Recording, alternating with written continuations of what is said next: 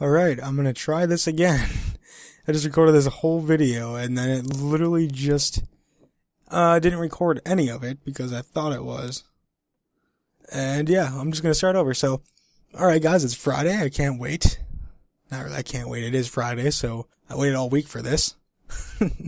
Alright, so I'm gonna jump right in to the video because this actually sucks. Because I had a lot of good thoughts and now I forgot what I said because I just kind of went off. Alright, so this is going to be about the franchise one from the video that I made on Tuesday. So if you guys haven't checked it out, was it Tuesday or Wednesday? No, I made a video on Friday. But I made a video yesterday about it too. I am confused. Whatever, just check it out. Whatever. Check it out. Yeah, enjoy. Alright, so I'm just going to get right into this video. So they did make a video yesterday, and it was about franchise improvements. Franchise mode, new features and improvements, so whatever. If you guys don't know what franchise is, it is a mode where you take one team or multiple teams if you really wanted to, which is kind of pointless, but if you want to take one team, try to build a dynasty and just freaking go off and make a nice team. So that's what franchise is. Just endless. I think it's like 30 years or something. I don't know. 100 years. I don't know. Couldn't tell you. But yeah, if you don't know what franchise is, you probably shouldn't be watching this video because obviously you wouldn't have clicked on it because it says franchise. Alright. Here we go. It says explore all of the angles when signing players and managing roster decisions, since the new player morale system will have a profound effect on how your team performs on the field. Morale can be affected by a player's role on the team, the current coaching staff, and the city the team plays. Alright, so they did touch on the morale thing, and I was actually kind of concerned on how they were going to do this. But it's basically what the player looks for. 5 elements. I believe it was coaching staff, how close it is to home, or you're in the city, the role of the team, the budget or the contract value, and there's another one I can't think of. Maybe there's only 4, I don't know.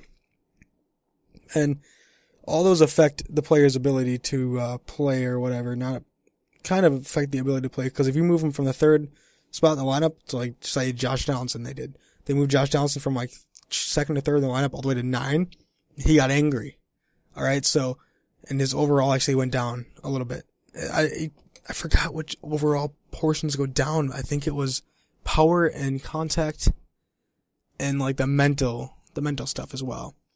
Because that screws with their brain, that the team's, messing them up. And so yeah, this is going to play a huge role when you're trying to sign a player. Because obviously, if they don't say, I take control of the Rangers. Alright, say I want to sign Cole Hamels. Oh wait, no, he's already on the team, jeez. Why do I pick players that are already on the same team? Say I want to sign, CC Sabathia. Okay. Well, alright, he doesn't want to play in Texas because it's not close to his hometown. I forgot where he grew up. I could be lying here, but New York. I don't think he grew up in New York. I don't know. California, maybe he did. I don't know. Whatever. But say he grew up in California. Alright. Or that's his hometown. He doesn't want to play with the Rangers because it's not close to California. Well, then I gotta come in and give him a higher salary more than likely than what he's asking for. And all that other crap. Just so I can sign him, because if the home is gonna keep him away, then I have to come out on top on the other stuff. I don't know. I'm interested to see how this works within the franchise mode. It sounds like a really good idea, and it just, whatever. So, yeah. Alright, so there's improved revenue and expenditure model that will give you a clear picture on how the organization is financially currently and in the future. So it's basically what you can, like, work with the budget and stuff. It becomes more important than ever with the addition of real life budget and dynamics such as revenue sharing and luxury tax. I'm not sure how the luxury tax exactly works, but they said that if you go over the threshold of the money, you have to pay in at the end of the year. So if you go over by $15-20 million, you have to pay that in at the end of the year. So it's almost a better bet not to go over the threshold so you don't have to pay all that cash in, I don't know. Something to think about, really. It's really cool to see where your money's going and all that good stuff. I don't really care.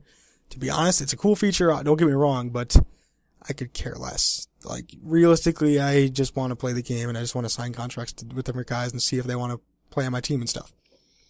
So yeah. So they got the player morale, which is kind of like what NBA has. And then they got the budgeting, which sounds really interesting, really good, like, grip on the budget now. The one thing they're missing, though, that I really like to see in franchise is, like, adding, like, more seats to the stadium, increasing the price of parking ticket prices, concessions, merchandise, like hats, jerseys, you name it, whatever, concessions. You know, upgrade the store, kind of like what Madden has, like even, no, not like what Madden has, kind of like upgrade the bathrooms to different, so you start off with the basic bathroom, then you work your way up, something like that. I think that'd be kind of cool. Don't get me wrong on that stuff. I think there's so much fun. And then even promotion nights, like bobblehead night or free program night or free ticket night for the first 5,000 people or whatever. That would be so awesome. Get people into the ballpark, huh? Maybe even have TV deals, because they used to have TV deals on a long time ago. You could sign, once you'd win the World Series to get to the NLCS or something like that, or whatever, ALCS, you could sign with a national TV broadcast, which was really cool. You get more money and stuff. They need something like that, or like have sponsorships throughout the stadium, like not real ones, but just you could do fake sponsorships. Like they used to have this, like on the old MLB The Shows, if I'm not mistaken. You know, like I don't know. They're missing a whole lot here. Like not really a whole lot, but just small stuff that'd make it way more fun for me to play too. I don't even really need create an arena. Just if you want to add more seats, just have kind of like a generic thing, like a little bit of seats show up. You know, like if you added them. I don't know, something to think about MLB The Show guys, San Diego Studios. They said they revamped the scouting system with the 2080 player scale rating, and they've added more player skills to scout. So if you guys don't know what a 2080 player skill is, it's what actual MLB scouts do use when trying to scout out a player. And now with the scouting, they have added like so many statistics. You can look from power contact, you know, to plate vision, to clutch hitting, to whatever, just the whole 9 yards. And it's really good now because they have like this small little circle there, and it has like, I believe, accuracy. It's called, yeah, it's accuracy, and it's green or green red. Like say they think they're gonna get in the like the stats say their hitting is 55 out of 99. All right, well, it goes across the board plus their expected MLB arrival time. So say they arrive at 2018. All right. If they're accurate, it'll be green. Like if they think that's if they're spot on, it'll be pretty much full circle. If they're kind of accurate, it'll be like half or 3/4.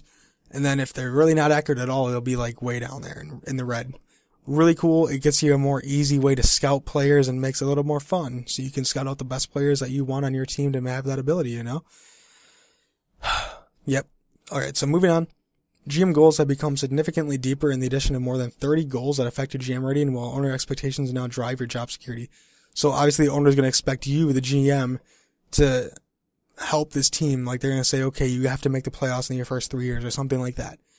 Now, I hope this feature you can turn off, because with the Brewers, because they're my favorite team, it's going to take more than 3 years for me to get to the postseason if that's going to be one of the goals. But there's 30 goals, so I mean, there's going to be way more than 15 had. I think 15 only had a couple, but I want to see what other goals are out there and like what you have to do to get those goals and have them. It's makes it a little more fun. Maybe I'll make a Brewers one, maybe turn that off, and then go back and do like, I don't know, Rangers season or something like that. Maybe even like, I don't know. I can't think of another team for some reason. A Royals season. Just go back and then do some goals with them. I don't know.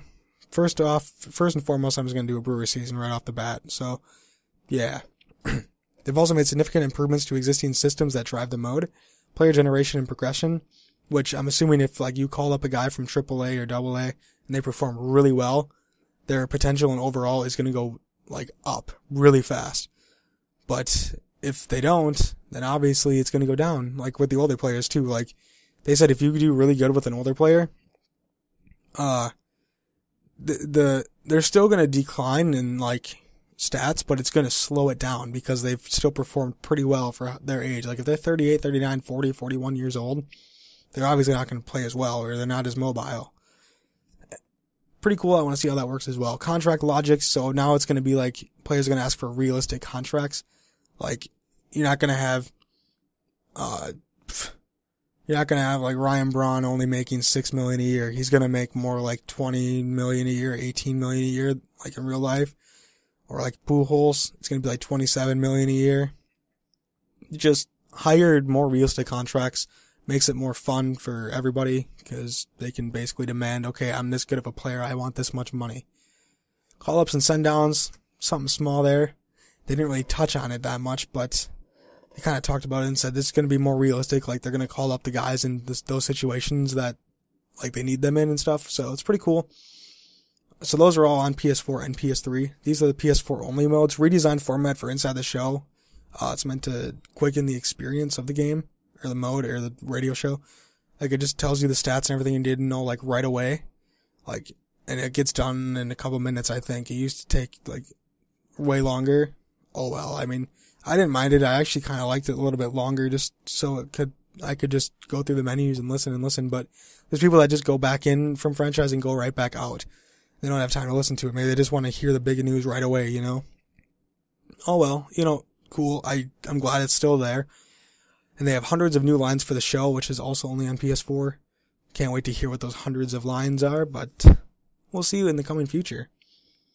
So yeah, that's really all this stream was about. They did a game towards the end there where they played the developer, like, live stream and stuff. So yeah, it was really cool, you know, not developer live stream. They did, like, developer tournament is what it was. They played a couple games of that.